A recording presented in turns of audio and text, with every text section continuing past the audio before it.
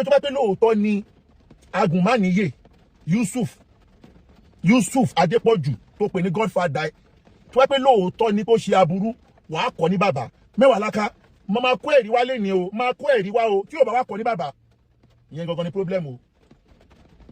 èmi máa kó ẹ̀rí wá èmi ò ní sọ̀rọ̀ tí máa ní ẹ̀rí lọ́wọ́ o afọ́jú tó bá ní òun máa jù yàn lóko afọ́jú tó ní òun máa ju òkò tí ò dẹ̀ sóko lọ́wọ́ ẹ̀ ó ti gbẹ́sẹ̀ lókúta ní o Mewalaka afọ́jú tó ní òun máa ju èèyàn lóko tí ẹ̀rẹ̀ lókúta lọ́wọ́ ẹ̀ ó gbé ẹsẹ̀ lé nǹkan kan ni èmi tí mo lọ gbé fídíò ẹ̀ tí mo wá kó fọ́tò àwọn mẹ́tẹ̀ẹ̀ta sí tí mo wá gbé sórí péèjì mi ṣó ebi mo lè ṣe nǹkan tí mi ò ní lẹ́rìí lọ́wọ́ ni èdè ni wàá gbọ́ ẹ̀rí mi wàá gbọ́ fáàtì ẹ̀rí ṣùgbọ́n mi ò wá bẹ́ẹ̀ já o mo kàn máa júwe correct Islam fún ẹ nítorí o ò tí ì di mùsùlùmí o Mewalaka o wàláhì ò tí ì di mùsùlùmí mo dẹ̀ máa proof ẹ̀ fún ẹ lẹ́yìn àbẹ́bí ló sọ bẹ́ẹ̀ o Yusuf ni master plan ní number 2 eléyìí wá kọ́lá àkọ́kọ́ tí Yusuf ti ń ṣe number 3 máa wá proof ẹ̀ fún ẹ tí ó bá wá kọ́ ní bàbá Mewalaka tí bá kó ẹ̀rí yẹn wá nísìn tí ò bá kọ́ ní bàbá ajá pé máa sọ̀rọ̀ ìjọba lọ sórí ọ̀rọ̀ Mewalaka ọ̀rọ̀ kan ní gbogbo wa rí tó jáde láti ọ̀dọ̀ Mewalaka àwọn èèyàn wá sẹ́ndì fídíò yẹn sí mi wọ́n wá ń béèrè ọkàn lọ́mọ ẹgbọ́n ta ni wọ́n mú ta ni wọ́n tàn ìyá wa ọlọ́jà rí pẹ́ ìyá wa ẹ jẹ́ ká jọ wò ó àwọn èèyàn ta ni wọ́n mú ṣe ẹgbọ́n aláàjì ṣe ẹgbọ́n ta ni wọ́n mú ẹ jẹ́ kọ́kọ́ jẹ́ kíní kan dá yín lójú ọjọ́ tí ọ̀rọ̀ yẹn ti ṣẹlẹ̀ gbàgà báyìí lọ́ndì 25 last Thursday of Ramadan progress you are welcome ní ìṣẹ̀lẹ̀ yẹn ṣẹlẹ̀ ọjọ́ tó ti ṣẹlẹ̀ gangan ni mo ti gbọ́ kódà gbogbo bọ́lọ́hún ṣe padà yọ ọmọ yẹn kò ṣẹ̀yìn Ọlọ́run kò ṣẹ̀yìn mi kò ṣẹ̀yìn bàbá tí ó gba gold kò ṣẹ̀yìn bàbá Bariga kódà ọmọ yẹn ò mọ̀ ipe àti gbọ́ ọmọ yẹn ò mọ̀ pàtí gbọ́ torí pé nínú àwọn olólùfẹ́ tí wọ́n ní ìfẹ́ Ọlọ́run ni wọ́n pè mí láti Ìkirè ṣé Ìkirè ní sá Ìkirè ibi tí wọ́n tán ọmọ yẹn lọ láti ibẹ̀ wọ́n ti pè mí kó lè pé mo pè bàbá kí ó gba góòlù kó lè pàwọn náà tẹ bọ́tì ní gbogbo bọ́lọ́run ṣe ní kọ́rọ̀ yẹn ṣe yanjú ẹ̀ máa wá gbọ́ lẹ́nì kí wá ló ṣẹlẹ̀ gangan ẹ̀ máa wá gbọ́ lẹ́nì ṣùgbọ́n àwa mọ̀ a sọ̀rọ̀ lórí ọ̀rọ̀ yẹn àwọn wò báyìí a sọ̀rọ̀ àwọn tó yẹ kó gbọ́ a kò jẹ́ kí wọ́n gbọ́ ẹ̀yin tẹ́ni ká máa sọ̀rọ̀ ẹ̀yin tẹ́ni ká fi káwọ́lá lẹ̀ ẹ̀yin tẹ́ni ká máa ń ká ṣe sùúrù gbogbo wọn la kọ̀ sẹ́ǹdì ẹ̀ sí ṣùgbọ́n lọ́wọ́ ṣe pé wọn ò sọ̀rọ̀ wọn ò fèsì o bọ́lọ̀ bá ti wá jẹ́ bẹ́ẹ̀ ni kọ́ bá wà pè mí ẹni ẹbẹ́ fàgbàlagbà ìwọlé nìyẹn o now ṣùgbọ́n àwa dákẹ́ anybody ò sọ̀rọ̀ akọ̀dí bloody post àwọn wèrè post fake post wọn pé o bí tó dájí o ó sun ọjọ́ kan o nílé ṣá àwọn owó wọn báyìí tó dá wa mọ̀ pé wàhálà ti ẹ̀yìn ẹ̀ bọ́dọ̀ ṣe rí bẹ́ẹ̀ kan náà wọ́n ṣe máa ń sọ ṣùgbọ́n gbà tí Mewalaka wá sọ ọ̀rọ̀ tí Mewalaka wá sọ yẹn ọ̀rọ̀ tó sọ yẹn táwọn yẹn wá ń sẹ́ǹdì ẹ̀ sí mi tèmi dẹ̀ tí mo genesis ọ̀rọ̀ yẹn tí mo mọ àwọn tó wà lábẹ́ ọ̀rọ̀ yẹn ló mú mi gbé fọ́tò àwọn tó wà lábẹ́ ọ̀rọ̀ yẹn síbẹ̀ màá wá proof ẹ̀ fún ẹ lẹ́yìn Mewalaka ọ̀rọ̀ tí Mewalaka wá sọ yẹn gbogbo tí Mewalaka sọ yẹn òótọ́ ni o òótọ́ ni ẹgbọ́n tí Mewalaka kọ́kọ́ sọ lélẹ̀ lákọ̀ọ́kọ́ o èmi tí mo wá gbé fọ́tò síbẹ̀ tó wá halẹ̀ mọ́ mi Mewalaka náà mo pé èmi ò gbé nǹkan tó fẹ́ ṣe yẹn náà ẹ wá mọ̀ ṣẹlẹ̀ sorry on the 27th that's last Thursday of Ramadan ló ṣẹlẹ̀ gbogbo wa jẹ́ ká wá gbọ́n tí Mewalaka sọ dáadáa o ẹ máa tẹ̀lé ọ̀rọ̀ Mewalaka dáadáa bó ṣe sọ̀rọ̀ lákọ̀ọ́kọ́ lélẹ́yìí o gbogbo tí Mewalaka sọ yìí 80% tiẹ̀ lóòótọ́ ọ̀rọ̀ no let's say ó sọ 80% nǹkan tó ṣẹlẹ̀ but kò sọ tán èmi màá wá báyìí fi 20% yòókù kù lẹ́nu àwọn nǹkan tí Mewalaka sọ yìí òótọ́ ni ṣùgbọ́n bá tí Mewalaka ń sọ ọ̀rọ̀ yìí ẹ rí i pé ó ń reverse àwọn àfáà ló ń reverse o kò dárúkọ pé àwọn obìnrin o ó mọ ohun tó ṣẹlẹ̀ o òótọ́ ọ̀rọ̀ ni Mewalaka ń sọ o òótọ́ ọ̀rọ̀ ló ń sọ o ṣùgbọ́n fídíò kejì tó padà ṣe jáde yẹn ìyẹn ti ní ọwọ́ nú wọn ní kó lọ sọ yẹn ni ṣùgbọ́n mi ò bínú sí Mewalaka ibi tó ti lọ gba Islam ni kò tí ì dénú Islam Mewalaka ibi tó ti lọ gba Islam ni kò tí ì dénú Islam àwa máa wá júwe Islam gidi fún Mewalaka lẹ́nu ẹtúgbọ́ lẹ́ẹ̀kan náà ẹtúgbọ́ bismillah àwọn àfáà tó ń ṣe content tó náà wọ́n ń sọ̀rọ̀ Ọlọ́run ṣe mọ̀ pé ó ń reverse ọkùnrin mo fẹ́ kẹ́ máa ṣírí àwọn àfa kò ní àfa tù kò ní àwọn alájà kò ní àwọn ẹlẹ́yà ẹ máa wá gbọ́ lọ. kó tó lọ bẹ̀ ẹni kó sọ pé òun dẹ̀ ń wá kí ìkan nínú wọn dàtú tó wọ́n mọ̀ pé kò ń ṣe ẹnìkan kò ń ṣe méjì kò ń ṣe mẹ́ta ìkan nínú wọn kó fóun lésì ó ń rìvásì saheed Tu pé kó fóun lésì ẹ máa gbọ́ lọ o. Mo driver dání. Point of correction Mewalaka ajẹ́tàrí correct òun nìkan kọ́ ló lọ o òun nìkan kọ́ ló lọ ó múyàn dání o lára àwọn correction lára àwọn mistake kan tó ṣe nìyẹn gbogbo tó ń sọ látàárọ̀ òótọ́ ni wọ́n di igbó mọ́ ẹrù fún ọmọbìnrin yẹn ọmọbìnrin tàdé ń sọ̀rọ̀ yìí òun ni Bintu Raji ọmọbìnrin tó ń sọ̀rọ̀ ẹ̀ ni Bintu Raji òótọ́ náà di igbó mọ́ ẹrù àmọ́ pé òun nìkan ló dá lọ yẹn òun nìkan kọ́ ló dá lọ máa sọ̀rọ̀ ẹ lọ. Kò mú ọ̀rẹ́. ẹ má gbàgbé o ẹ má lọ sọ o àwọn àfáà yín lórí social media ni ẹ máa di àwọn pọ́ìntì yẹn o ẹ máa di àwọn pọ́ìntì yẹn o ó dẹ̀ jẹ́ pé àmọ̀ pé tó bá máa pa tó máa fẹ́ pa bọ́yẹ máa tàn náà nìyẹn o lóòótọ́ dẹ̀ ní gbogbo tí Mewalaka ń sọ yìí wàláhì tàláhì òdodo lọmọbìnrin yìí ń sọ yìí eléyìí tó ń sọ lọ́wọ́ yìí òdodo ni wàláhì òdodo ni ẹ máa gbọ́ délẹ̀. ṣé wàá rí ọ̀rọ̀ tí Mewalaka sọ yìí nígbà tí mo wá rí fídíò táwọn èèyàn sẹ́ǹdì ẹ̀ sí mi díò tó pé ọ̀rọ̀ tó ń sọ yẹn mo mọ àpàdé mo mọ àdúdí ẹ̀ mo mọ gbogbo tó ṣẹlẹ̀ mo dẹ̀ máa brief wá ní gbogbo tó ṣẹlẹ̀ máa ń padà sọ o ló fa sábàbí tí mo ti kó fọ́tò àwọn mẹ́tẹ̀ẹ̀ta síbẹ̀ mo wá kó fọ́tò àwọn mẹ́tẹ̀ẹ̀ta síbẹ̀ mo wá gbé sórí péjì mi torí mo mọ pé ó dá mi lójú mo dẹ̀ máa proof ẹ̀ sìn èmi máa proof ẹ̀ Mewalaka mo wá gbàdé mo wá ṣe tán nígbà tí wọ́n bá ti rí pé kọ́mẹ́ǹtì ti lọ àwọn èèyàn tí mo tó ń ṣẹlẹ̀ táwọn èèyàn everybody ò tètè mọ àwọn tó budán yẹn wọn mọ àwọn tó budán yẹn Mewalaka tó padà wá jáde níjọ́ kejì mo mọ̀ pé wọ́n ti pè é wọ́n ti threaten ẹ̀ pé àpò yẹ kó sọ ọ̀rọ̀ bẹ́ẹ̀ yẹn àwa láwa ń bẹ́ẹ̀ kíní kan wọ́n ti threaten ẹ̀ ó padà wá sọ mí ìmí tó wá sọ jáde yẹn ẹja wá gbọ́ ìmí tó wá sọ jáde òun lélẹ̀ ìmí tó wá sọ jáde lélẹ̀ bisimilayi ẹ máa wá gbọ́ o ṣé wàá rí ní ìmí tó wá sọ jáde yìí mo wá fẹ́ jẹ́ kí Mewalaka mọ kíní kan Mewalaka ó ṣẹ̀mí o ó ṣẹ̀mí ó tí ṣẹ̀mí torí pé mo mọ̀ pé Islam tó gbà ìwọ̀n tí wọ́n kọ ẹ níbi tó ti gba Islam ló fi wọ́n wáyé ṣùgbọ́n mi wá ń sọ fún ẹ wípé o ò tí ì di mùsùlùmí Mewalaka o ò tí ì di mùsùlùmí ò ní sọ fún mùsùlùmí ẹgbẹ́ ẹ pé nǹkan kan ò ní dà wọ́n pọ̀ nínú ayé tó dẹ̀ sọ pé ẹ̀ẹ̀jà o ò bínú mi kọ̀ọ̀kan ṣe yín dájúdájú ìwọ̀n tí wọ́n sọ fún ẹ níbi tó ti gba Islam ni pé ṣòro àwọn eléyìí o wọn kì í bá wọn ṣe torí èmi wà ní sọ fẹ́ kí mi náà lè bá ẹ ṣe náà mo sọ kò tí wọ́n ti fẹ́ dèmi àti ẹ̀pọ̀ nínú ayé náà ìwọ̀n tó dà wá pọ̀ ti kọjá rí nígbà tájọ wà nínú pé àjọ ń ṣe struggle fún Yorùbá ló kàn a ti jọ sọ̀rọ̀ rí lẹ́ẹ̀kan bí ẹ̀ẹ̀mejì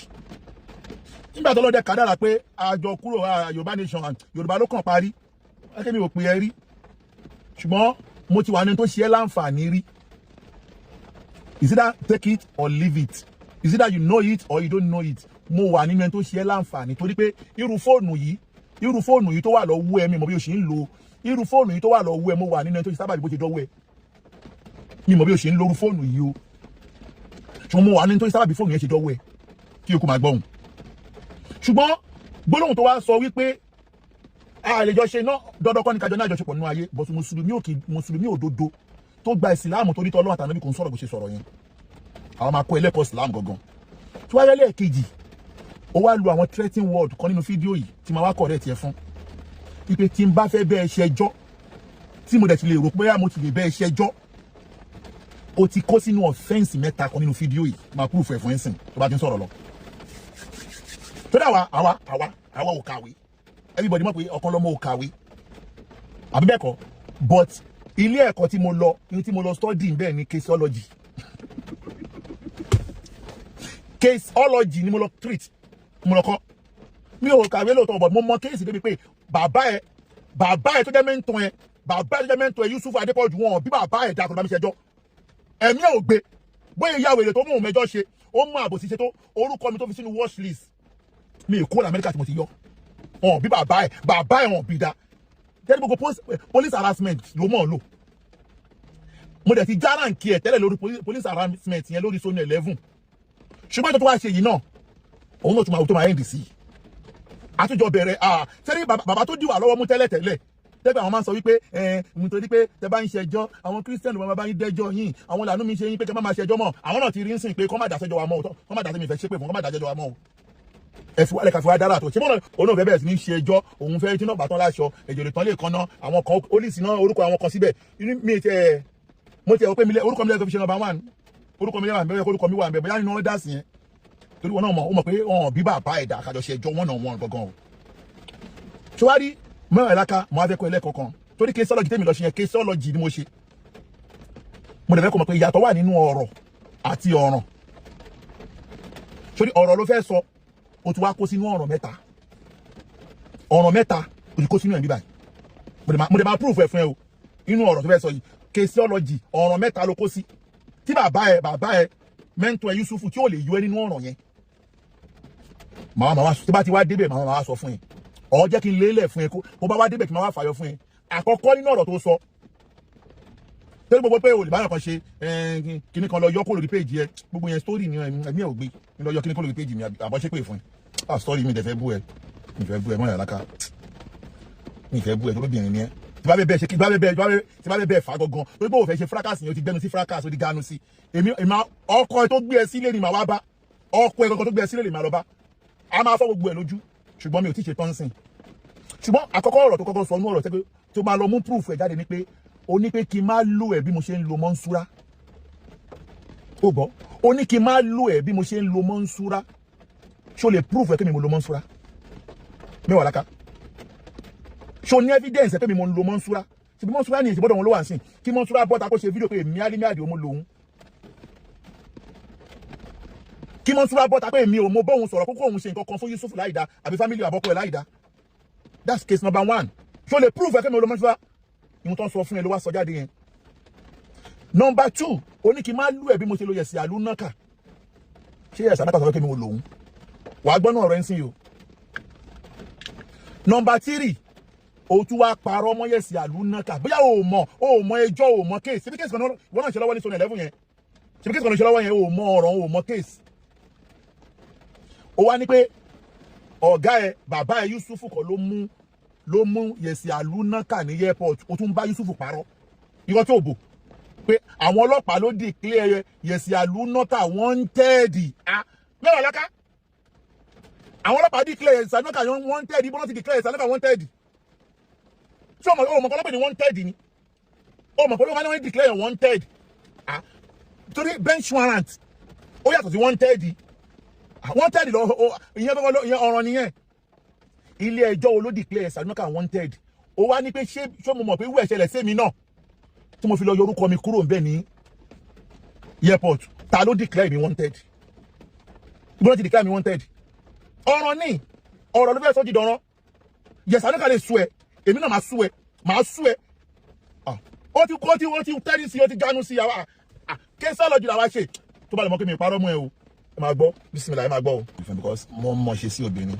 tí ó bá ṣe bẹ́ẹ̀ ni n bá tó pé Mewalaka orí ẹ ti dàrú mi ò fẹ́ lo foul language ni o but tí wàá bẹ̀rẹ̀ máa ní Mewalaka orí ẹ ti dàrú pé mo kọjá àyè mi ṣé wọ́n pè é sọ̀rọ̀ ni ṣé mo pè é kó bá wa sọ ni mo kọjá àyè mi ṣé èèyàn kan pè é kó bá wa sọ ọ̀rọ̀ yẹn ni Mewalaka ọ̀rọ̀ tẹ́ péjọ́ ní ìṣẹ̀lẹ̀ láti gbọ́ àwọn tó náà rò sọ̀rọ̀ èmi ò sọ̀rọ̀ ìyá gbọ́nkẹ́ tó sọ̀rọ̀ tó wà bẹ́ẹ̀ ò sọ̀rọ̀ Bíntú ò sọ̀rọ̀ èwo ní tiẹ̀ ó jẹ́ content ni ó wá ní mo gbé Mewalaka I'm sorry to say that o ó dà pé n tó fi ń borí ẹ yẹn kò bó la sorry ó wà lórí program yìí ó kì í ṣe mọ̀nsúrà tí mo lò lọ́jọ́ sí kó ti sọnù kó tó wá sọnù kí ni proof rẹ̀ kí mo lò mọ̀nsúrà Mewalaka that is offence number 1 that's offence number 1 offence gan wà lára nǹkan tí Yusufu tó ń fèsì lọ́wọ́lọ́wọ́ ní kóòtù lọ́wọ́lọ́wọ́ ń sìn fídíò yẹn wà lápá tá à ń lò fún pé ihun tó gbé jáde nípa mi ń gbà yẹn pé ọ̀kan lọ́mọ ló lo mọ̀nsúrà àtàwọn ìyá kan kó wá lọ proof ẹ̀ ní kóòtù náà kó mú evidence tí báwọn ìyá yẹn ṣì wà lọ́dọ̀ wọ́n lè ṣe fídíò mú evidence jáde èmi ò ṣẹ́rí kí ẹ máa sọ̀rọ̀ mídíà tó bá ti sẹ́ẹ̀rì kò sọ̀rọ̀ lọ́dọ̀ tèmi mú ẹ̀rí ọ̀rọ̀ yẹn jáde kí lẹ́ evidence tó ní wípé mi mo lo mọ̀nsúrà Mewalaka mi fẹ́ fi gojú ẹbú ẹ mi fẹ́ fi gojú ẹbú ẹ tó kàkàkí mi mọ̀ tí kàkàkí ti rí tó fi gojú ẹ péré bàbá wèrè ní bọ́bọ́ kàkàkí yẹn mo gbọ́dọ̀ láàárọ̀ ìfà wo ẹ máa gbọ́ lọ Yusufu ni master plan ní number 2 eléyìí wá kọ́lá àkọ́kọ́ tí Yusuf ti ń ṣe nọ́mbà 3 máa wá proof ẹ̀ tó bá wá kọ́ ní bàbá tí ò bá kọ́ ní bàbá Mewalaka tí bá kó ẹ̀rí yẹn wá nísìn tí ò bá kọ́ ní bàbá ajá pé máa sọ̀rọ̀ ní kí ni mi ní sọ́mà àmín Allahumma àmín Mewalaka àdúrà tó ṣe ń sìn Ọlọ́run ó wọlá gbogbo ibi tó di kíjímọ̀ lé ní táwọn tí kì í tó wà l'Amẹ́ríkà báyìí Ọlọ́run ó jẹ́ kádùrà yẹn gbà ìbínú Ọlọ́run tí ò ní dá níṣẹ́jú kan kó máa bá alábòsí láàrin wa kó dẹ̀ máa bá onírọ́ kí ìbínú Ọlọ́run máa bá alábòsí kó dẹ̀ máa bá onírọ́ láàrin wa torí pé ìwọ ò mọ̀ pé olórí burúkú bàbá ẹ gangan olórí burúkú bàbá ẹ tí wọ́n ń pè ní bàbá ìyẹn tí wọ́n ń pè ní bàbá Yusuf gangan olórí burúkú alábòsí òun gangan lálábòsí master plan máa sọ̀rọ̀ obìnrin méjì ṣé àwọn obìnrin méjì tó wá ń sọ yẹn tí máa padà wá ṣàlàyé ṣé Káfílà ń gbé Òṣogbo ni ṣé Káfílà mọ sọnù 11 tẹ́lẹ̀ ni ṣé Káfílà mọ sọnù 11 mi ti fẹ́ wọnà ọ̀rọ̀ Káfílà mo máa yanjú ẹ̀ lọ́tọ̀ọ̀tọ̀ ni ẹ máa wá gbọ́ lọ. jájà kò fúnra wa. kí ló wá dárúkọ mi fún bàtọ́ mi bá dùn mọ̀ pé wèrè onígbù kí ló wá lọ dárúkọ mi fún ó mọ̀ kó ti fa wèrè ní sọ́júrù ni ó mọ̀ pé wọn kì í wọn nọ́jà mi ó lọ́wọ́ lọ fa wèrè ní sọ́júrù èèyàn fa wèrè sọ́júrù ó ní pé kíkiní má gbé kà mọ́ ọ̀ bí ẹ̀dá o lè lọ ọ̀kan lọ́mọ ó mọ̀ pé òfẹ́ wàhálà ló wá dárúkọ wọn wá tiẹ̀ wá ó ní pé ńlọ ó ti fa wèrè sọ́júrù àbójà wèrè Mewalaka ó ti fa wèrè mi dẹ̀ fẹ́ bá ọmọbìnrin pariwo ó ṣe ẹ̀fẹ́ gbá ìsìlámù ni ó dà máa wọlé jẹ́ píìsì ìsìlámù fún ẹ èmi ni ìdí mo ń ṣe ìsìlámù kankan kọ́ lélẹ́yìí o tó dà mo jẹ́ ń kọ́ ẹ ní ìsìlámù gangan sìn torí kárátà yẹn ò ní ká máa ṣe báyìí pẹ̀lú ìsìlámù jẹ́ kí n pín ẹ ní ìsìlámù gangan ìsìlámù ò ní kó máa ṣe bí wèrè báyìí tó gbọ́ má ṣe bẹ́ẹ̀ mọ́ má gbọ́ lọ. ṣe ti gbọ́ Malam Yusuf bàbá mi ni èèyàn dáadáa ni èyí tẹ́ ẹ̀ ń pò tẹ́ ẹ̀ sọ wípé bó ṣe ṣe fún Yẹsà lóníkà nìyẹn ẹ̀yin fúnra yín mọ̀ wípé Malam Yusuf kan ló gbé Yẹsà lóníkà ní ọjọ́ sí nígbà tó ń bọ̀ láti hajj.